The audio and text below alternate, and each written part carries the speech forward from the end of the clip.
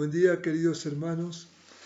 Me gustaría en esta oportunidad compartir sobre la función del sacerdote como intercesor. Más que compartir un tema o dar una charla, quisiera más bien compartir una carga que hay en mi corazón desde hace tiempo. Entiendo que esta carga viene de Dios, porque cuando pensamos en verdad en la obra que Dios nos ha encomendado, cuando pensamos en la visión que nos ha sido revelada, el propósito eterno de Dios y cómo alcanzarlo, sabemos que cuando decimos propósito eterno de Dios, nos estamos refiriendo a alcanzar esta familia de muchos hijos semejantes a Jesús. Con esta frase hemos resumido el propósito eterno, haciendo mención a la calidad, a la unidad y a la cantidad que son características de la Iglesia. ¿Y cómo alcanzamos este propósito eterno? Bueno, recorriendo, predicando el Evangelio del Reino, haciendo discípulos, y hemos llegado a la conclusión de que somos totalmente incapaces para desarrollar esta visión. Por eso tenemos que orar, porque somos incapaces para alcanzar este propósito eterno. Nosotros no podemos producir en la gente el querer como el hacer, eso lo produce Dios. No podemos nosotros generar arrepentimiento, ni tampoco convicción de pecado, de justicia, de juicio. Por lo tanto, tenemos que buscar al Señor, orar, buscar revelación, renovación constante de la presencia de su Espíritu en nosotros. Así que nos abrimos a Dios, rogamos a Dios que el Espíritu Santo imparta en cada uno de nosotros la imagen correcta del sacerdote ejerciendo su oficio, su servicio a favor de las personas, porque todos somos sacerdotes y como tal tenemos que servir a Dios y a las personas, y no podemos menospreciar este ministerio tan precioso, este servicio que Dios nos permite hacer, llevar a su presencia mediante la oración a personas, familias, pueblos y hasta a naciones. Podemos llevar a la presencia del Señor orando e intercediendo por ellos. Vamos a leer algunos pasajes del Antiguo Testamento. El primero que quiero que miremos está en Números, en el capítulo 16. Vamos a leer desde el versículo 41 hasta el 50. El día siguiente, toda la congregación de los hijos de Israel murmuró contra Moisés y Aarón, diciendo: Vosotros habéis dado muerte al pueblo de Jehová. Y aconteció que cuando se juntó la congregación contra Moisés y Aarón, miraron hacia el tabernáculo de reunión, y aquí la nube lo había cubierto y apareció la gloria de Jehová. Y vinieron Moisés y Aarón delante del tabernáculo de reunión, y Jehová habló a Moisés diciendo: Apartaos de en medio de esta congregación, y los consumiré en un momento. Y ellos se postraron sobre sus rostros, y dijo Moisés a Aarón: Toma el incensario y pon en él fuego del altar, y sobre él pon incienso, y ve pronto a la congregación, y haz expiación por ellos, porque el furor ha salido de la presencia de Jehová, la mortandad ha comenzado. Entonces tomó Aarón el incensario, como Moisés dijo, y corrió en medio de la congregación, y he aquí que la mortandad había comenzado en medio del pueblo, y se puso entre los muertos y los vivos, y cesó la mortandad. Y los que murieron en aquella mortandad fueron 14,700. sin los muertos por la rebelión de Coré. Después volvió Aarón a Moisés a la puerta del tabernáculo de reunión cuando la mortandad había cesado.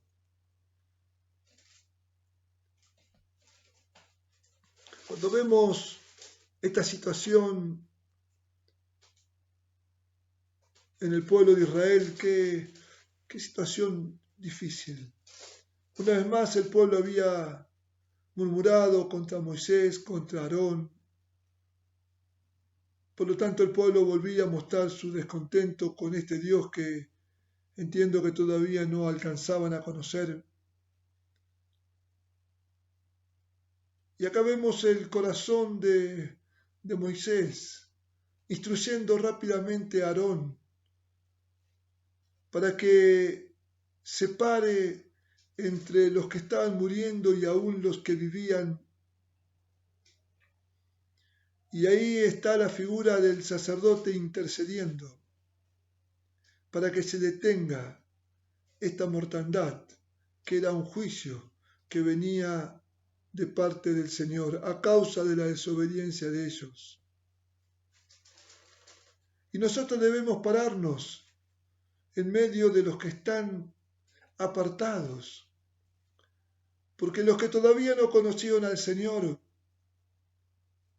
están presos, están ciegos y están muertos espiritualmente hablando. Entonces, ya nos dimos cuenta que no basta con invitarlos, con decirles que vengan donde nosotros estamos, sino que hemos entendido que nosotros somos los que tenemos que ir, los que tenemos que acercarnos, los que tenemos que hablarles.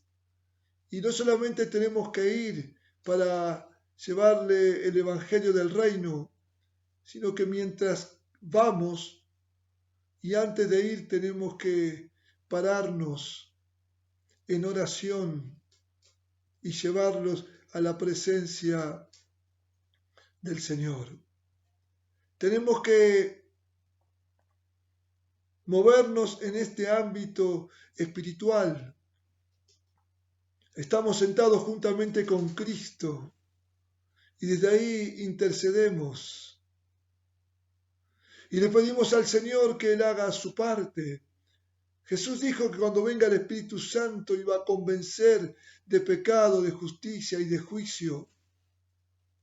Y es interesante ver cómo cuando nosotros comenzamos a predicar el Evangelio a las personas, estas personas que a lo mejor hasta antes que comiencen a escuchar la palabra no tenían expectativas de nada y acerca de nada, pero cuando comienzan a oír la palabra del Señor se despierta la fe y hay una operación del Espíritu y quedan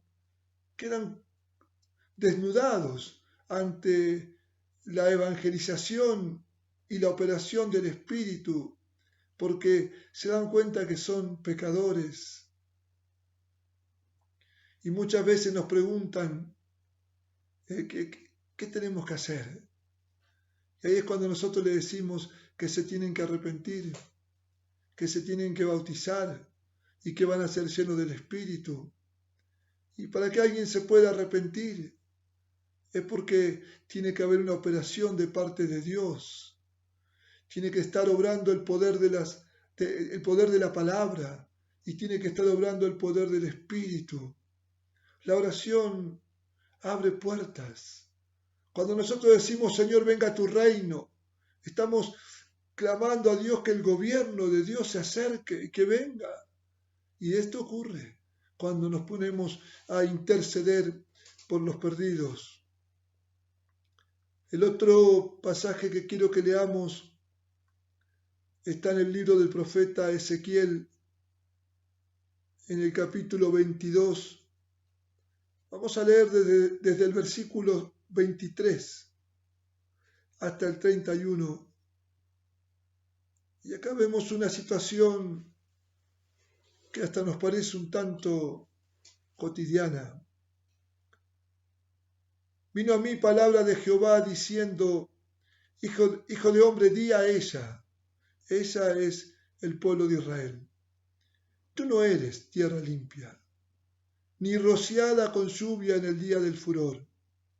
Hay conjuración de sus profetas en medio de ella. Como león rugiente que arrebata presa, devoraron almas, tomaron haciendas y honra, multiplicaron sus viudas en medio de ella. Sus sacerdotes violaron mi ley y contaminaron mis santuarios. Entre lo santo y lo profano no hicieron diferencia, ni distinguieron entre inmundo y limpio.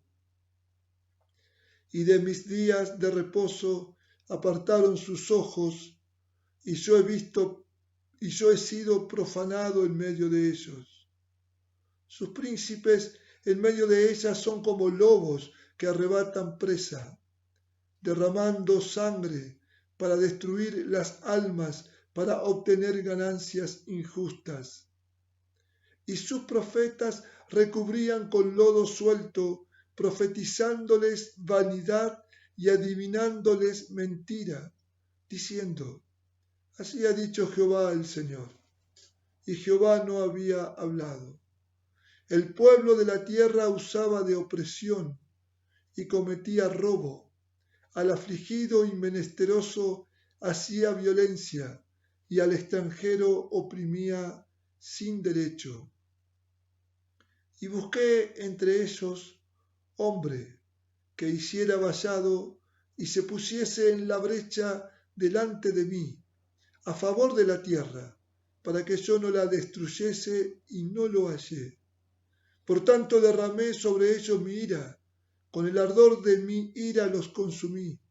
Hice volver el camino de ellos sobre su propia cabeza, dice Jehová el Señor. Acá vemos otra situación. Vemos un pueblo totalmente alejado de Dios y podríamos mirar detalladamente cada versículo hasta llegar al 30, pero vemos que había crisis en todos los órdenes, en todas las áreas había crisis. Había una corrupción bastante generalizada, y en medio de esa situación Dios dice: busqué entre ellos hombre que hiciera vallado y que se pusiera en la brecha delante de mí, a favor de la tierra, para que yo no la destruyese, y no lo hallé.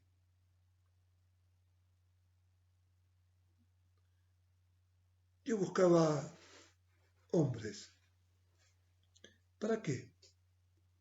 Para que hagan dos cosas. Tenían que levantar vallado y tenían que ponerse en la brecha.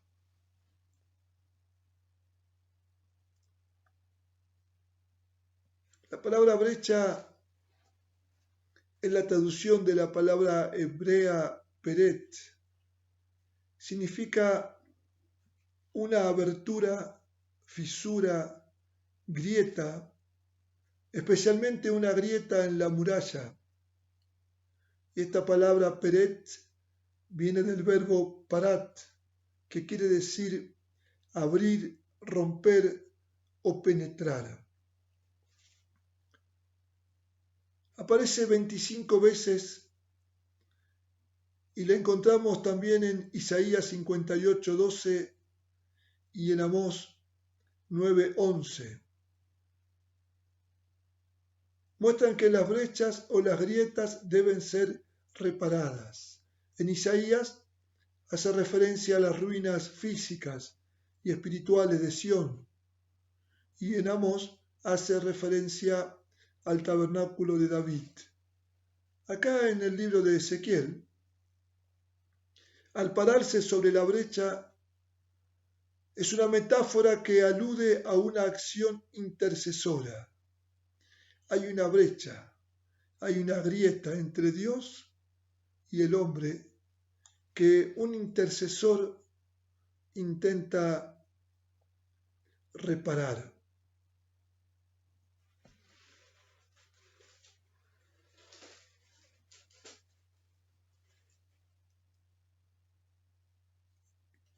El intercesor es buscado por Dios.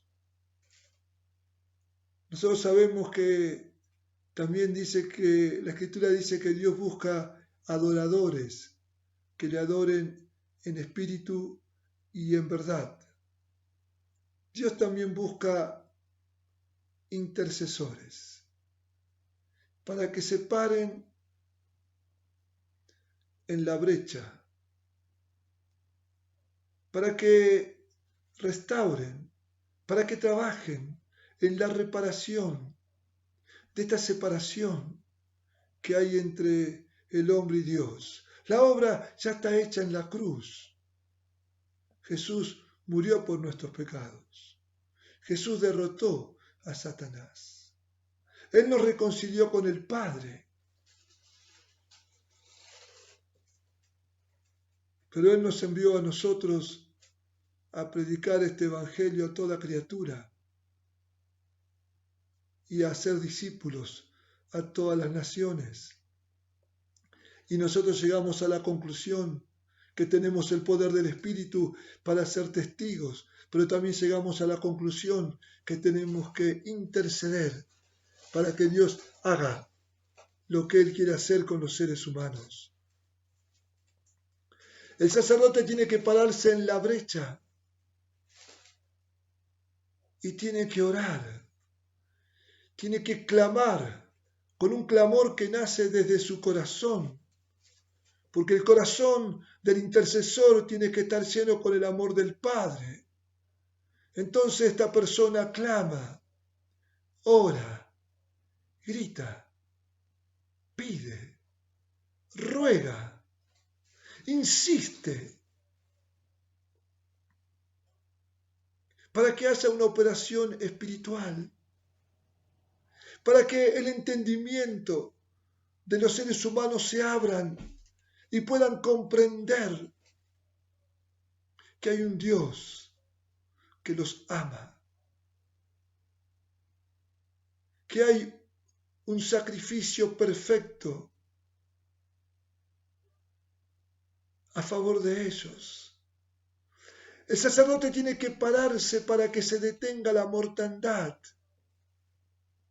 para que se detenga el avance de las tinieblas, para que se detenga la corrupción, la maldad. Y también tenemos que orar y trabajar para que sea restaurado lo que fue roto por la acción del pecado.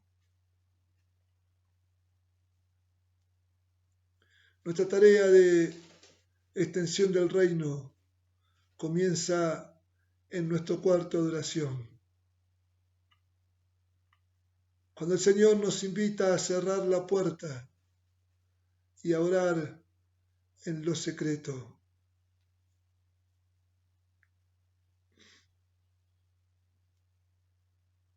Nuestra tarea comienza cuando nos acercamos al Padre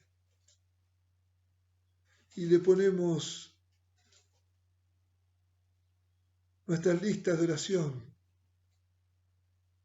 En nuestras parcelas hay anotado nombres de personas, a veces pueblos, a veces países. Y a veces son personas que conocemos, entonces oramos porque decimos, le vamos a ir a predicar en algún momento, y a veces viene carga por gente que no conocemos, por situaciones que están lejos. Pero hay una insistencia del Espíritu a nuestro espíritu para que nos pongamos en intercesión. Recuerdo en una oportunidad, vivíamos en una localidad pequeña en el sur de Santa Fe, cerca de la ciudad de Rosario, cerca de la ciudad de Venado Tuerto, y mi esposa tuvo que viajar para hacer algunos trámites, y cuando ella volvió de ese lugar, volvió y me compartía que mientras que estaba ya arriba del colectivo para regresar, estaba mirando desde ahí los comercios, los locales comerciales que había en la terminal, y veía como una de las empleadas de un comercio parecía que estaba como en una discusión con un hombre o que algo le decía, y bueno, y nosotros comenzamos a orar sin saber el nombre, sin saber el apellido, sin saber quiénes eran. Entonces orábamos haciendo mención a esta pareja y nombrábamos el nombre del comercio. Y después Dios nos permitió ir a vivir a esa ciudad. Y lo más llamativo es que orábamos por ellos, pero no sé por qué no íbamos a hablar con ellos. Y así tuvimos un tiempo, ¿no? Y una noche estábamos reunidos con un matrimonio, nosotros habíamos comenzado un grupo ahí en esa ciudad, y se aparece un muchacho con una chica.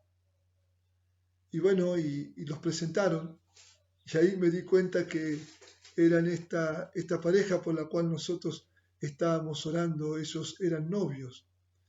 Así que le predicamos el Evangelio, se convirtieron, los bautizamos en nuestras casas. Después, al tiempo, ellos se casaron. Y bueno, actualmente este hombre hoy es uno de los pastores de la comunidad ahí en esa ciudad. Y yo a veces pienso y digo, todo comenzó con una oración de intercesión.